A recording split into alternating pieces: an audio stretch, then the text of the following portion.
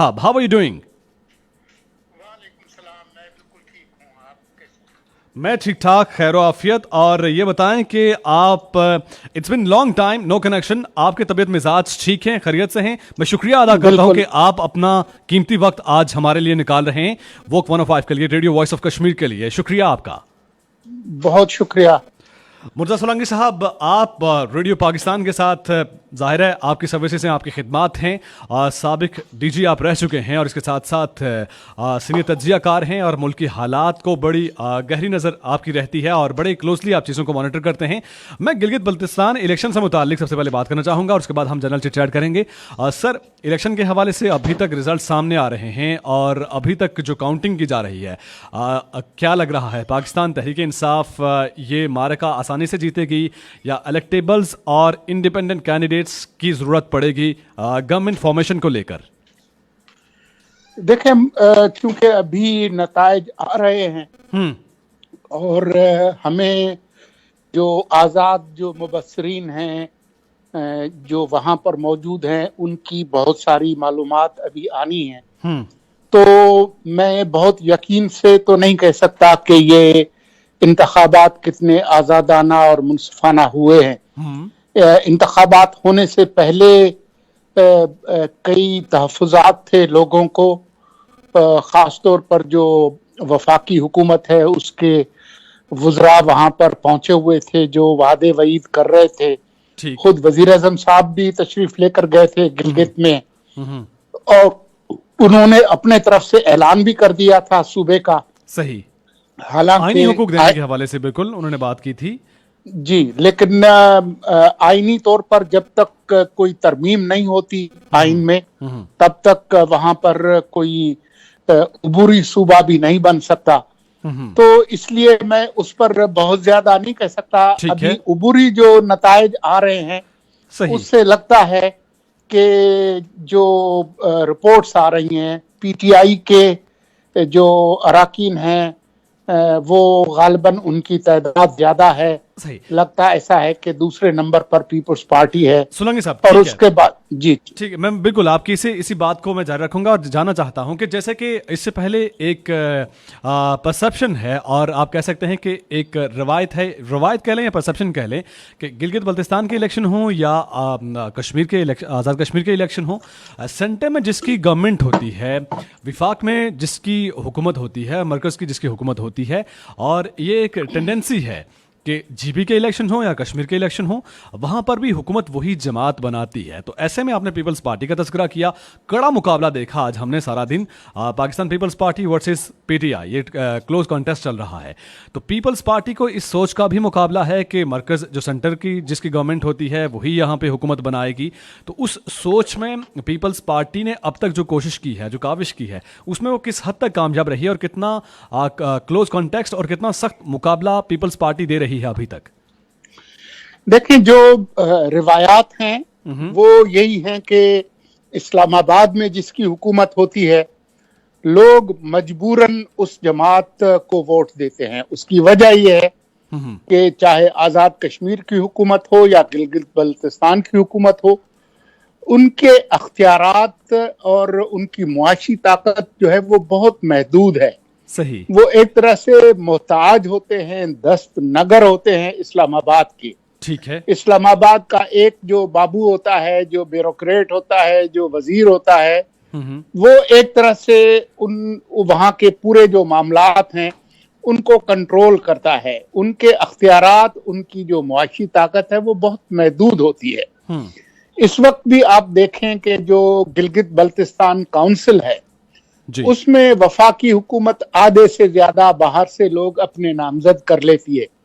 तो इस वजह से लोग मजबूर होते हैं कि भाई अगर हम किसी भी जमात को मुंतखब कर लें, लेकिन अगर हमारे जो मामलात हैं वो वफाक से तय होने होते हैं तो बेहतर ये है कि उस जमात को वोट दिया जाए ताकि हमारे जो मसले मसाइल हैं उनका इदराक हो किसी तरह से हल हो सके। सही, सही। लेकिन उसके बावजूद पीपल्स पार्टी के लोगों की इतनी बड़ी तादाद में मुंतखब होना, उसकी दो वजूहात हैं। एक तो यह है कि आपने देखा कि 20-25 दिनों से बिलावल वहां पर मौजूद थे। जी। और गिलगित बल्तिस्तान का कोई ऐसा कोना नहीं था जहां पर वो नहीं गए, जहां उन्होंने जलसे नहीं किए। एक सही। वजह ये है। सही। दूसरी वजह तारीखी है, और वो तारीखी वजह ये है कि जुल्फकार अली भुट्टो पहले शख्स थे पाकिस्तान की तारीख में कि तकरीबन 1/4 सदी तक, जी। 1947, 16 नवंबर 1947 से लेकर जी। 1974 तक, जब तक जुल्फकार अली भुट्टो वहां नहीं गए, वहां पर कबायली इलाकों का FCR जो है, एक काला कानून वहां पर नाफिज था। ठीक। जो कि जुल्फकार अली भुट्टो ने आकर खत्म किया। जो पहले जो उनको हुकूक मिले वो उन्होंने दिए। ठीक। फिर दो दफा जो बेनजीर साहबा की जो हुकूमत आई तो उन्होंने फिर उनको मजीद अख्तियारात दिए।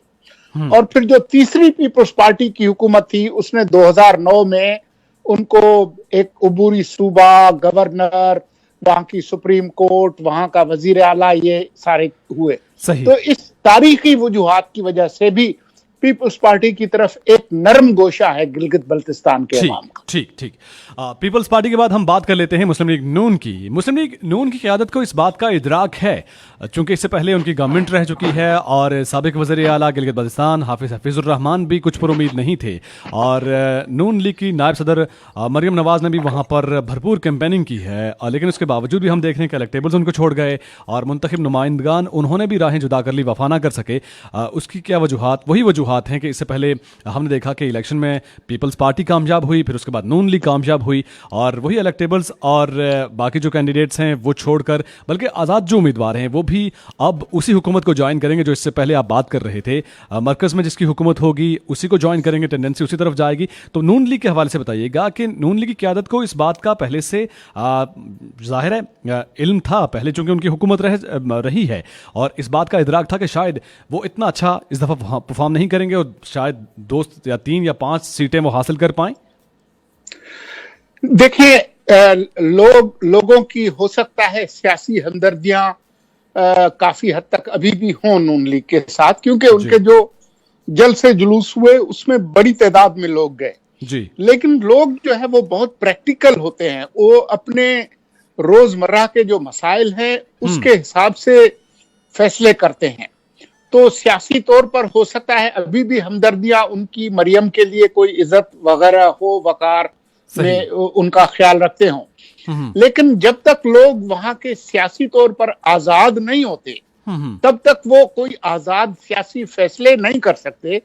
और जब ये आईनी तौर पर एक सूबा बन जाएगा और उनकी एक आईनी सूबाई हैसियत होगी, तो उसके बाद ही लोग सही तौर पर आजादाना सियासी फैसले कर सकेंगे। अब आप देखें कि इस वक्त सिंध का जो सूबा है वहां पर सूबाई हुकूमत मुकम्मल तौर पर अपने तौर पर बाख्तियार है, इसलिए वहां के लोगों को परवाह नहीं है कि इस्लामाबाद में किसकी हुकूमत है। 18वीं आईनी तरमीम के तहत जो उनके पास बेपनाह अख्तियारात हैं, उसकी वजह से लोग जो है वो अपने फैसले खुद करते हैं जी। तो जब ये अख्तियारात गिलगित बल्तिस्तान के लोगों को आईनी तौर पर हासिल होंगे तो वो भी सही मायनों में आजादाना सियासी फैसले कर सकेंगे। ठीक ठीक।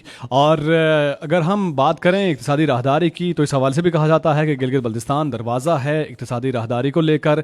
और जो आप आइनी इख्तियारात की बात कर रहे हैं, अगर वहाँ के मकामी लोगों को इख्तियारात दिए जाते हैं तो वहाँ पर डेवलपमेंट के हवाले से और सयाहत के हवाले से, टूरिज़म के हवाले से कितनी पेशरफ्त हो सकती है। और जैसा कि वहाँ के लोग वेरी वेल डिसिप्लिन्ड और एजुकेटेड लोग हमने देखे, पढ़े लिखा तबका है वहाँ पर, उन्होंने आज डिसिप्लिन का मुजाहिरा किया, अपने हक़ रायदही का इस्तेमाल किया, तो उन लोगों की महरूमियों का भरपूर तरीके से अजाला हो सकेगा। आप समझते हैं आगे अब ये मौका आने वाला है कि ये बड़ी डेवलपमेंट हो, पेशरफ्त हमें देखने को मिलेगी? देखें जी, उम्मीद रखनी चाहिए जी, क्योंकि वहां के लोग 72 साल से महरूमियों का शिकार रहे हैं, बावजूद इस बात के कि वो उनके पास वो बुनियादी सियासी हुकूक नहीं थे। उसके बावजूद आप ये देखें कि ये कमाल है कि पूरे मुल्क में सबसे ज्यादा जो तालीम की जो शरह है, खानगी, वो गिलगित बल्तिस्तान में ज्यादा है। और पूरे मुल्क में खवातीन की जो तालीम है उसमें सबसे आगे अगर कोई मुल्क का हिस्सा है तो वो गिलगित बल्तिस्तान है। सही। तो ये उनका एजाज है। तो ये उम्मीद रखनी चाहिए कि जब उनको एक आईनी सूबा मिल जाएगा तो वो अपनी जो तरक्की है उसका फायदा उठाएंगे। सीपैक का जो दरवाजा है वो भी गिलगित बल्तिस्तान है, तो ये उम्मीद रखनी चाहिए। ठीक है, क्योंकि अभी भी जो उनको सूबे का दर्जा मिलेगा उसके अंदर ये एक आईनी प्रोवाइजो जिसको कहते हैं वो होगा कि जब रेफरेंडम होगा कश्मीर के मामले पर तो उस वक्त गिलगित बल्तिस्तान के लोगों को ये आईनी हक होगा कि वो पाकिस्तान के साथ शामिल हों या भारत के साथ जाएं। सही। तो ये एक लिमिटेड खुद मुख्तारी जरूर होगी, लेकिन उसके बावजूद उनको ये अख्तियार मिलेगा कि वो कौमी असम्बली में, सेनेट में अपनी नुमाइंदगी ले सकें। वहां का बाशिंदा जो है वो मुल्क का वजीर आजम बन सकता है, मुल्क का सदर बन सकता है, फौज का सरबराह बन सकता है। ये तमाम चीजें जो है उनको ये अख्तियार मिलना चाहिए। सही। सोलंकी साहब, बहुत शुक्रिया आपके वक्त का। और रेडियो वॉइस ऑफ कश्मीर के हवाले से आप क्या कहना चाहेंगे, चूंकि आप फॉर्मर डीजी हैं रेडियो पाकिस्तान और हमारे नाज़रीन भी हैं और सामीन भी हैं, क्योंकि आजकल हमें लाइव सेशन के ज़रिए ज्वाइन करते हैं, फेसबुक के ज़रिए और यूट्यूब के ज़रिए। तो जो एक ज़ाहिर है अब चीज़ें चेंज होती जा रही हैं। पहले रेडियो का ज़माना था, रेडियो की आवाज़ लोग सुनते थे, अब हमें देखते भी हैं। तो इस टेक्नोलॉजी के इस शिफ्ट को इस पैराडाइम शिफ्ट को आप कैसे देखते हैं और हमारे सुनने वालों को क्या पैगाम देंगे, शॉर्टली बताइएगा। मैं मुख्तसरन यही कहूंगा मैं कि आपको मुबारकबाद देता हूं कि आप इतना अच्छा प्रोग्राम करते हैं। बहुत शुक्रिया। और मेरी जो अच्छी तमन्नाएं हैं वो आपके जो सामीन हैं उनके लिए। बहुत बहुत शुक्रिया मुर्तज़ा सोलंकी साहब, फॉर्मर डीजी रेडियो पाकिस्तान और सीनियर तज्जियाकार हमें ज्वाइन कर रहे थे। आपने अपना कीमती वक्त और कीमती आरा हम तक पहुंचाई। सर बहुत बहुत शुक्रिया आपके वक्त का। Thanks Indeed for your time. Alright, शुक्रिया।